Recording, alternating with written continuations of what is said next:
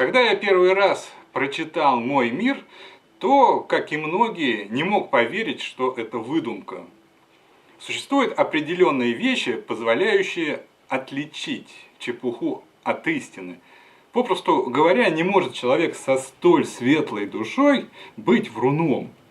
Книга Виктора Степановича Гребенникова пропитана каким-то необыкновенным светом и любовью ко всему живому. В наше время мало кто способен создавать столь светлые и кристально чистые образы. Кроме того, он рассказывает о некоторых духовных вещах, доступных только настоящим святым. Допустим, однажды его избили до полусмерти, но он не стал мстить, хоть и имел для этого возможность. Он имел абсолютную власть над обидчиками, но не воспользовался ею, а просто по-христиански простил.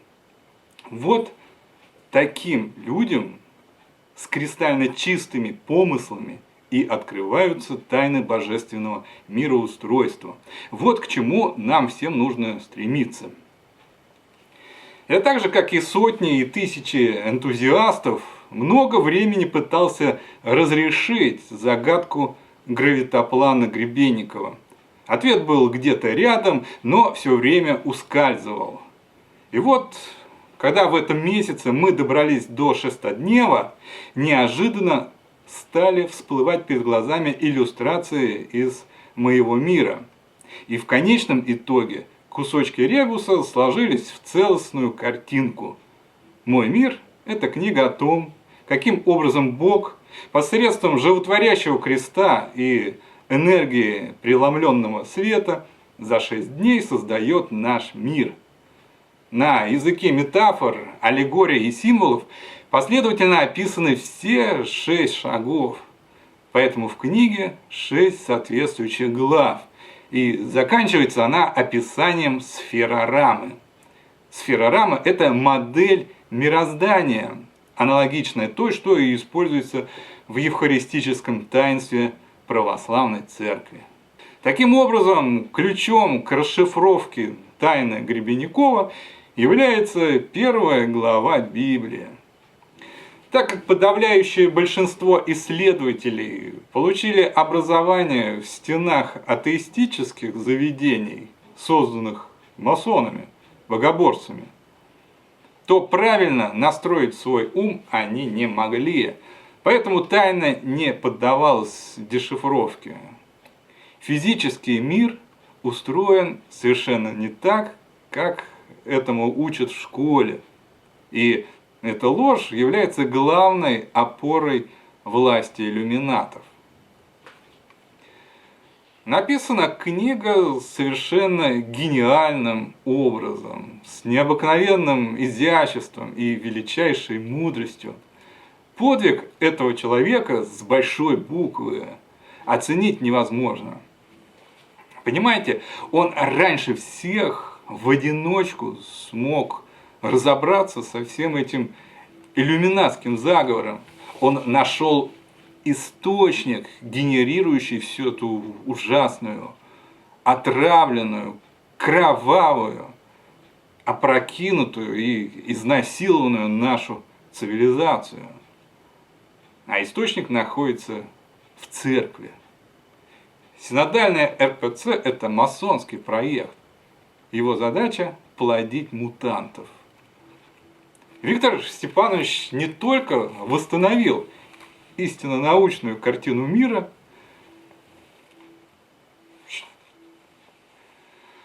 но и проверил принципы действия реальной физики на практике. Самое главное, что он сделал, он сумел донести до нас эти знания. Нет ничего тяжелее, чем в одиночку идти против всего мира. Нужно быть в реальности святым. Нужно быть в реальности святым человеком, чтобы в атеистическое время, в ситуации полнейшего одиночества, узнав величайшую тайну, суметь сохранить ее и найти форму, через которую суметь передать бесценное содержание. Ведь от наследия Гребенникова, связанного с находкой, почти ничего не осталось. Все самое важное, все было зачищено людьми в черном. Гребенников долгие годы работал не для себя любимого, не для карьеры и стяжания земных благ, а для будущих поколений, для нас. Он верил, что свет Христова разума воссияет над землей, что человечество освободится из-под иллюминатского ига. Но человечество, при условии, если оно заслужит звание разумного, разгадает многие загадки мироздания, перешагнет и этот рубеж, тогда станут почти мгновенно досягаемыми, близкими любые миры из уголков Вселенной, удаленных от Земли на триллионы световых лет. Тетя маленькая, ну-ка давай, залезай здесь, сиди. О научно-богословской стороне жизни Виктора Степановича нам почти ничего не известно. Вся информация зачищена. Однако, незадолго до смерти Гребенников создал серию аллегорических картин. Здесь через символы зашифровано послание о самом главном. Это послание адресовано тем, кто разберется с богословием звездицы и восстановит шестоднев. Вот таким необыкновенным человеком был Виктор Степанович. Даже у Штирлица условия работы были не такими тяжелыми. Штирлиц хотя бы знал, что где-то далеко идут грибные дожди и есть большая родина. У Штирлица была радиостанция, и он мог передать шифровку. У Гребенникова в земной жизни не было никакой опоры среди людей. Вся планета была зазомбячена. Но он смог передать шифровку в будущее. В то время русский народ еще не понимал, что иллюминаты запихнули человечество в концлагерь разума, в эту сионистскую матрицу, посредством русской же церкви. Кресты срубили, церковь взломали и перекодировали. Над землей взошло черное солнце, и о былой свободе осталась лишь одна память. И красота православия, вместо того, чтобы дарить свободу и преображать ум светом Христова разума, наоборот, стала превращать народ в рабов, в мутантов, в безмозглых зомби, чей ум обездвижен вирусом ложных догм. В то время проблески истины в виде пророчеств отрока Вячеслава только начинали прорастать сквозь вековой лед. И пройдет еще много лет, прежде чем разум человечества выпутается из иллюминатского лабиринта. Виктор Степанович смог раскрыть тайну обители зла, но победить Красную Королеву тогда было невозможно. Фильм «Обитель зла» – это очередной шедевр жидомасонского творчества, посвященный крушению Красного Вавилона. Красная Королева – это ложное христианство, это антихристианство, это апокалиптическая вавилонская блудница, восседающая на загривке первого зверя. Масоны используют одну и ту же систему символов. Здесь Красная Королева – это тот же персонаж, что и в Олесе. Точкой отсчета цивилизации является церковь. Перевернутая церковь генерирует перевернутый мир. Синодальная церковь не дает человечеству истинных знаний. Она не располагает институтом пророков, которые ежедневно бы приносили миру небесный хлеб, как это было в древности. Дух угашен, пророчество уничтожено. Все сделано наоборот. Не имея представления об истинно научной картине мира, зомбированные ученые XX века в своих в лабораториях наплодили монстров. Но в конечном итоге энергетика ищущих в лице Бога Яковля, то есть ищущих Бога истины, то есть собор свободномыслящих людей, неизбежно победит монстра нового мирового порядка. Красный Вавилон будет разрушен.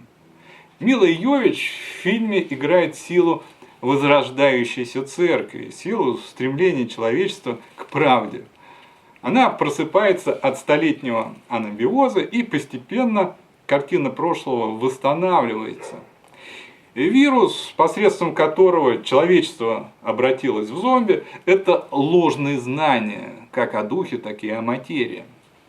Соответственно, антидотом является правда.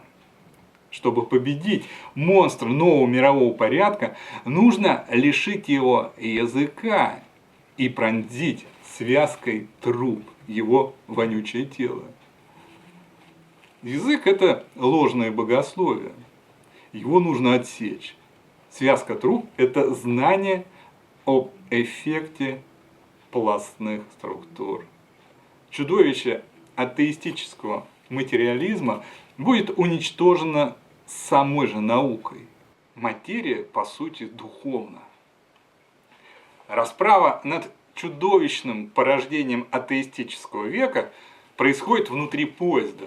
Поезд, как мы уже говорили, это символ логоса, символ целостного представления о мироустройстве. Ну а корпорация Umbrella – это не что иное, как звездица. Та самая звездица, что изображена на иллюстрации Гребенникова. Таким образом, Виктор Степанович Гребенников не только энтомолог, писатель и художник, но он еще и буквально пионер Святой Руси. Он внес неоценимый вклад в дело восстановления как истинного богословия, так и истинной физики. Вот в какое удивительное время мы живем. Сила гравитации действительно направлена вверх. И во славу Божию, во славу истинного Творца мира, нашему проекту предстоит навести порядок и в области фундаментальной физики. Нам нужно бросить зерна и в сторону этого направления. Господь создал мир невероятно красивым и премудрым образом. У Бога физика сочетается с лирикой. Моделью Вселенной является цветок. Из одного дня творения раскрывается и вырастает другой, так что получается бутончик. И вся Вселенная приводится в движение энергией света, которая и есть энергия, реальная энергия всемирного тяготения, только направлена она вверх, к Богу, а не к Земле. Так что мир ждут величайшие потрясения, потому что эпохи углеводородной энергетики пришел конец. Наш проект выполняет миссию Дана, миссию судного дня. Она осуществляется собором свободных людей. Как сказано в Откровении Иоанна Богослова, собором царей, идущих от восхода солнечного. Восток здесь также имеет самое прямое отношение к антигравитации. Наши предыдущие наработки позволили получить доступ к кодам бытия. Мы еще, так сказать, не волшебники, но уже можем кое-что сыграть на гуслях Давида. Поэтому мы можем обеспечить защиту. Поэтому также мы можем опубликовать результаты чьих-либо исследований в данной области. Время уже изменилось. Теперь то, что говорилось в тайне, будет провозглашено на кровле. Так что ваши умы и таланты теперь нужны народу. Монетизировать подобное изобретение все равно не получится. Башку отвинтят в 2 счета. И вообще как-то хорошо пожить, достойно, так сказать, устроиться, также не выйдет. время не то. Времени не осталось. История подошла вплотную к судному дню. И единственное, что имеет сейчас смысл и значение, это проповедь правды. Нам нужно как можно больше людей вывести из анабиоза. Нужно рассказать, показать, доказать, что реальные законы физического мира строятся на догмате о Пресвятой Троице. Что Вселенная в реальности как бы имеет многоипостасную природу, объединенную в одной сущности. То есть вселенных столько, сколько объектов. И все это один мир. Много чего нужно рассказать и показать. С нашей стороны я уже заказал кое-какое оборудование и начал собирать лабораторию, нашу соборную лабораторию. Но мы только приступаем к опытам, а тот, кто уже разобрался в теме, имеет готовые результаты. Так что вы бы значительно помогли нашему нелегкому общему делу. Можно, конечно, и дальше щемиться по углам, а можно посвятить свою жизнь великой цели и помочь завалить это ужасное иллюминатское чудо-юдо, чудо-иуда. Нужно проткнуть его многополосной структурой и освободить человечество. Аннушка уже разлила маслице, антигравитационный поток действует не прямо, а перпендикулярно. Так что еще немного и во всех школах, институтах, во всех образовательных учреждениях молодежь начнет создавать кружки правды, кружки познания истинного мироустройства. И процесс этот уже будет невозможно остановить. Поэтому чем раньше мы его запустим, тем светлее и интереснее будет наш жизненный путь. Нет смысла скрывать то, что знают все. В этом наша безопасность в том числе. Человек разумный – это тот, кто умеет любить творение Божие, как это умел делать Виктор Степанович. Нужно уметь жить ради высокой цели, уметь жертвовать собой ради народа, ради созидания нового светлого мира. Нужно уметь мечтать, верить и добиваться самого невозможного. Любовь, мудрость, истина – вот в чем более всего нуждается наш замученный народ. Сейчас это самый большой дефицит. Человечество за ужасный 20 век растерзали, изувечили. Люди сейчас, как та собака, которую никто никогда не гладил.